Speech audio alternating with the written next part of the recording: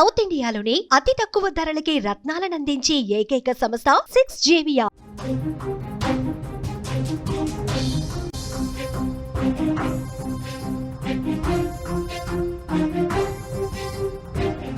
పెళ్లి మాటల పేరుతో హత్యాకాండ. ప్రేమికుణ్ణి దారుణంగా వధువు కుటుంబం కొట్టి చంపేసింది. ప్రైవేట్ పార్ట్స్ మీద చేసినటువంటి దాడితో ఆ యువకుడు ఆన్ ద స్పాట్ చనిపోయాడు. క్రిమినల్ కేసులు ఉన్నాయన్న నెపంతో ఘోరం చేశారు. నిందితుడి కోసం పోలీసులు గాలిస్తున్నారు. 9 మందిని అరెస్ట్ చేశారు మహారాష్ట్ర పోలీసులు. ప్రేమించిన అమ్మాయిని పెళ్లి చేసుకుందామని వెళ్ళాడు.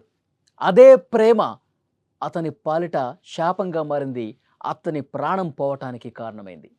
ఒక అమ్మాయిపై మనసు పడ్డాడు. ఆ అమ్మాయిని పెళ్లి చేసుకుందామని పెద్దల అంగీకారం కోసం వెళ్ళాడు. వాళ్ళని ఏ విధంగా నేను ఒప్పిస్తాను, ఆ అమ్మాయిని పెళ్లి చేసుకుంటాను, నా ప్రేమను నేను గెలిపించుకుంటాను అని వెళ్ళాడు. కానీ అక్కడికి వెళ్ళాక ప్రాణాన్ని సైతం పోగొట్టుకుంటానని అతనికి తెలియదు. పెళ్లి చేసుకుందామనుకున్న ఆ యువకుణ్ణి వధువు కుటుంబం చాలా దారుణంగా కొట్టి చంపేశారు, హత్య చేశారు. ప్రేమించిన వాణ్ణి జీవితాంతం తోడుంటానన్న వాణ్ణి ప్రాణాలతో ఉండనివ్వలేదు. కేవలం ప్రేమించినందుకే. మా అమ్మాయిని ప్రేమిస్తావా, నీకెందుకు అంత ధైర్యం, ఎంత ధైర్యం నీకు, మా ఇంటికే వచ్చి మాతో ఈ విషయాలు మాట్లాడటానికని అతని ప్రాణం తీసేశారు. చర్చల పేరుతో పిలిచి దారుణంగా కొట్టి చంపేశారు. మహారాష్ట్రలో జరిగింది ఈ ఘటన. ఇంకా పరువు కోసం హత్యలు, ప్రేమ వివాహాలకు సంబంధించి పెద్దలు ఎంత వ్యతిరేక భావంతో ఉన్నారు. కలిసి జీవించాల్సినటువంటి వాళ్ళు బాగానే ఉన్నారు. వాళ్ళు ప్రేమించుకున్నారు, ఒకళ్ళ మీద ఒకళ్ళు నమ్మకం పెట్టుకున్నారు. కలిసి జీవిద్దాం, 7 అడుగులు వేద్దాం, జీవితాంతం నీకు నేను తోడుగా ఉంటాను అని భాషలు చేసుకున్నారు వాళ్ళు. కానీ పెద్దలు మాత్రం దీన్ని ఏమాత్రం ఒప్పుకోవట్లా. పరువు కోసం, ప్రతిష్ట కోసం పరితపిస్తూ దారుణంగా ప్రవర్తిస్తూ ఉన్నారు. ఆ అబ్బాయిని ఇంటికి పిలిచి మాట్లాడదాం రా, అంత కూల్గా ఉంటుంది, నువ్వు ఫస్ట్ ఇంటికి రా, మనం మాట్లాడుకుందామని చెప్పి ఇంటికి పిలిచి ఈ దారుణం చేశారు. మహారాష్ట్రలోని పింప్రి చించువాడలో ఈ ఘటన జరిగింది. రామేశ్వర్ గంఘాట్ అనే 26 ఏళ్ల యువకుడు ఓ అమ్మాయిని ఇష్టపడ్డాడు. ఆ అమ్మాయి కూడా అతన్ని ప్రేమించింది. ఇద్దరు కలిసి పారిపోయి పెళ్లి చేసుకోవాలని అనుకోలా. పెద్దల్ని ఎదిరించి మనం ఎక్కడికో వెళ్ళిపోదాం, దూరంగా వెళ్ళిపోదాం, లేచిపోదాం అనుకోలా. పెద్దల అంగీకారంతోనే ఒక్కటి కావాలని నిర్ణయం తీసుకున్నారు. ఎందుకంటే బయటికి వెళ్ళిపోతే ఆ కష్టాలు ఎలాంటివి తెలుసు. సరే, ఏదో ఒకటి చేసి పెద్దల్ని ఒప్పిద్దాం, మన ప్రేమను వాళ్ళు ఒప్పుకుంటారన్న నమ్మకం మనకుంది అని భావించారు. రామేశ్వర్ కుటుంబం ఈ పెళ్లికి అంగీకరించింది కూడా. కానీ అమ్మాయి కుటుంబం మాత్రం రామేశ్వర్ బ్యాక్గ్రౌండ్ నచ్చలేదని, అతడిపై క్రిమినల్ కేసులు, పోక్సో కేసులు ఉన్నాయని పెళ్లికి అంగీకారం తెలపలేదని వాళ్ళు చెప్తా ఉన్నారు. ఇద్దరూ పెళ్లి చేసుకోవాలని పట్టుబట్టడంతో అమ్మాయి కుటుంబ సభ్యులు చర్చల పేరుతో నువ్వు రా ఇంటికి, మనం మాట్లాడుకుందాం, మొత్తం తెలియాలి కదా, నీ విషయాలు తెలియాలి, మా అమ్మాయి విషయాలు నీకు తెలియాలి, రా ఒక్కసారి మనం మాట్లాడుకుందాం, 2 గంటలు మాట్లాడుకుంటే మనం ఈ ముందుకెళ్ళొచ్చు అని మాయమాటలు చెప్పి పిలిపించారు.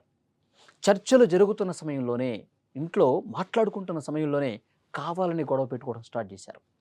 ఆ గొడవ కొద్దిగా పెద్దదైంది, అది ఇంకా పెద్దగా అయిపోయింది, తీవ్ర వాగ్వాదానికి కారణమైంది ఆ సమయంలో.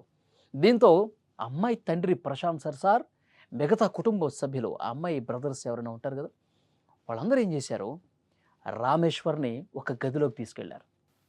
ఆ గదిలో తీసుకెళ్ళి గడియ పెట్టేసి రాక్షసుల్లా బిహేవ్ చేశారు. ఇట్లా పట్టుకుని పంచులు, కడుపులో కొట్టడం, వీపు మీద కొట్టడం, ముఖం మీద కొట్టడం, బెల్టులతో ఒకడు కొడతా ఉంటాడు. ప్రైవేట్ పార్ట్స్ మీద చాలా దారుణంగా దాడి చేశారు. ప్రైవేట్ భాగాల మీద తీవ్రమైన గాయాలు కావడంతో, దారుణంగా ఆ గాయాలు కావడంతో రామేశ్వర్ అక్కడికక్కడే స్పృహ కోల్పోయాడు. ఆ తర్వాత అతన్ని వదిలేశారు. తీవ్ర గాయాలతో రామేశ్వర్ ఆసుపత్రిలో జాయిన్ అయ్యాడు. చికిత్స పొందుతూ చనిపోయాడు. ఎంత దారుణం చూడండి, ఎంత దారుణం చూడండి. చర్చల పేరుతో పిలిచింది వాళ్ళు, మాట్లాడదాం రా అని పిలిచింది వాళ్ళు. అమ్మాయి కూడా మా వాళ్ళు ఒప్పుకునేటట్టే ఉన్నారు, నువ్వు రా, మనం మాట్లాడుకుందాం, పెళ్ళికి సంబంధించి నా మీద నీకు ఎంత ప్రేమ ఉందో ఒక్కసారి మా వాళ్లకు చెప్పు అని తను కూడా చెప్పింది, తను కూడా నమ్మింది. వీళ్ళంత రాక్షసులాగా, ఇంత దుర్మార్గుల్లాగా వీళ్ళు ప్రవర్తిస్తారని ఆ అమ్మాయికి ఏం తెలుసు. వచ్చిన తర్వాత ఒక ప్లాన్ ప్రకారం, ఒక పకడ్బందీ ప్రకారం గదిలోకి తీసుకెళ్ళి చంపేశారండి. ఈ ఘటన మీద కేసు నమోదు చేసుకున్నారు పోలీసులు, దర్యాప్తు ప్రారంభించారు. యువతి తండ్రి ప్రశాంత్ సర్సార్తో సహా మొత్తం 9 మందిని అరెస్ట్ చేశారు. మరో 2 ఇంకా పరారీలో ఉన్నారు, వాళ్ళ కోసం వెతుకుతూ ఉన్నారు. రామేశ్వరి గంఘాట్ మృతిని పరువు హత్యగానే పోలీసులు భావిస్తున్నారు.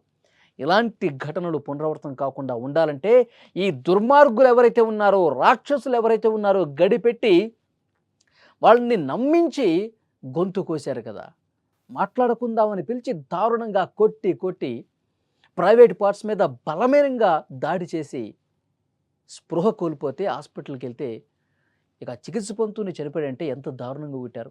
ఎన్ని చిత్రహింసలు గురి చేశారు ఆ కుటుంబ సభ్యులు. ఒక్కడే వచ్చాడు కదా, వీడి తోడు ఎవరు లేరులే, ఏం చేస్తాడు, ఏం తిరగబడతాడు మన మీద అనుకున్నారు. దారుణంగా చంపేశారు, కొట్టి చంపారు. మొత్తం 5-6 కలిసి ఒక్కడిని ఒంటరిని చేసి గడిపెట్టి ఇష్టం వచ్చినట్టుగా కొట్టి, ఒకడు బెల్టులతో కొడుతూ ఉంటాడు, ఒకడు కడుపు మీద గుద్దుతూ ఉంటాడు.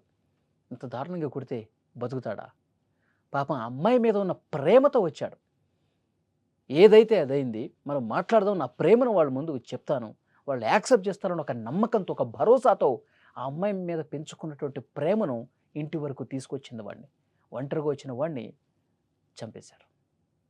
ఇలాంటి వాళ్ళని ఏం చేయాలి? ఇలాంటి దుర్మార్గులు నమ్మించి ఇంటికి తీసుకొచ్చిన తర్వాత అంత దారుణంగా కొట్టారే, ఇంకా పరువు కోసం, ప్రతిష్ట కోసం, మా అమ్మాయి కావాలరా నీకు అని చెప్పి ఏమీ ఆలోచించకుండా విచక్షణారహితంగా కొట్టారే.